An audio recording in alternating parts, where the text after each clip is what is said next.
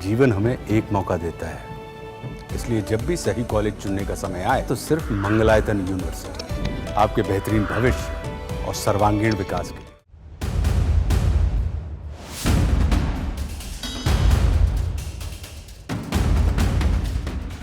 रोहतक में कांग्रेस लीडर हिमानी नरवाल की हत्या के मामले में नए नए खुलासे हो रही हैं। दरअसल हिमानी के परिवार में ये कत्ल का कोई पहला मामला नहीं है।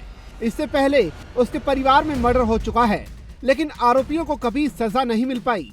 अब हिमानी मर्डर केस की जांच में 3 ऐसे किरदार हैं जो इस पूरे मामले का खुलासा करने में अहम भूमिका निभाएंगे। साथ ही इस केस की गुत्थी को सुलझाने में हिमानी का मोबाइल भी एक अहम सबूत हो सकता है।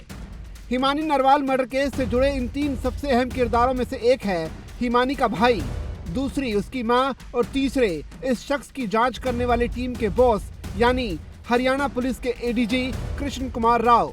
हिमानी के भाई के हिसाब से उसके परिवार में ये कोई पहला कत्ल नहीं है। इससे पहले उसके भाई का भी कत्ल हो चुका है। हिमानी के बड़े भाई का कत्ल साल 2012 में उसी रोहतक में हुआ था। तब हिमानी का पूरा परिवार वहीं रहता था। पुलिस के मुताबिक हिमानी के बड़े भाई का कत्ल मोबाइल के झगड़े में हुआ था। हालांकि उसके कातिल को कभी सजा नहीं मिल पाई। कहानी यहीं खत्म नहीं होती।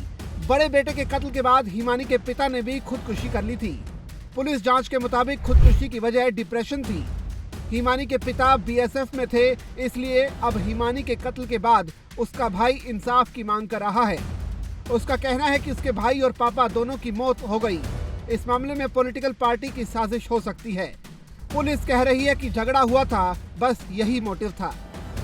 पहले बेटा और फिर पति की मौत के बाद हिमानी की मां सविता हिमानी और उसके भाई जतिन को लेकर रोहतक से दिल्ली आ गई। ये परिवार दिल्ली में ही रहता था, लेकिन हिमानी की पढ़ाई रोहतक के कॉलेज में हो रही थी। हिमानी रोहतक के वैश्य कॉलेज से लॉ की पढ़ाई कर रही थी। उसका सपना वकील बनने का था। इसी पढ़ाई के दौरान कुछ साल पहले उसकी दिलचस्पी राजनीति में हुई। इसी के बाद उसने रोहतक में कांग्रेस ज्वाइन कर ली। सोशल मीडिया पर एक्टिव हिमानी बहुत कम वक्त में रोहतक कांग्रेस का एक बड़ा चेहरा बन चुकी थी। हिमानी नरवाल सोशल मीडिया पर सबसे ज्यादा सुर्खियों में तब आई जब 2023 में भारत जोड़ो यात्रा के दौरान वो राहुल गांधी के साथ जुड़ी। इस दौरान इस यात्रा की तस्वीरें खुद राहुल गांधी ने भी सोशल मीडिया पर शेयर की थी। हिमानी की बाकी नेताओं के साथ भी बहुत सारी तस्वीरें सोशल मीडिया पर मौजूद हैं। हिमानी की मां को लगता है कि बेहद कम वक्त में वो बड़े नेताओं तक पहुंच के चलते बहुत सारे नेता हिमानी से जलने लगते थे। यही वजह है कि हिमानी की मां ने भी हिमानी के कत्ल को लेकर नेताओं की तरफ उंगलियां उठाई थी।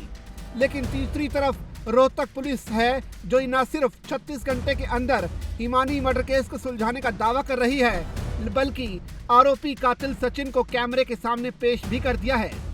पुलिस ने यह भी बता दिया है कि उसने कब, कैसे, कहां हिमानी का कत्ल किया था। लेकिन कत्ल की वजह साफ साफ बताने की बजाय फिलहाल पुलिस गोलमोल जवाब दे रही है। अब सवाल आता है सचिन पर। आखिर सचिन कौन है? हिमानी से उसका क्या रिश्ता है? तो बकौल पुलिस दोनों पिछले 1.5 साल से दोस्त थे। दोस्ती में झगड़ा आम बात है, लेकिन दोस्ती के झगड़े में कत्ल आम बात तो कतई नहीं है। तो आखिर वो कौन सी बात ऐसी थी जिस पर सचिन को इतना गुस्सा आया कि उसने हिमानी को मार डाला? इस वजह को लेकर मीडिया और सोशल मीडिया पर बहुत सारी बातें चल रही हैं, लेकिन जाहिर है जब तक उससे जुड़ा कोई पुख्ता सबूत सामने नहीं आ जाता, वो वजह आम करना भी शायद सही नहीं होगा।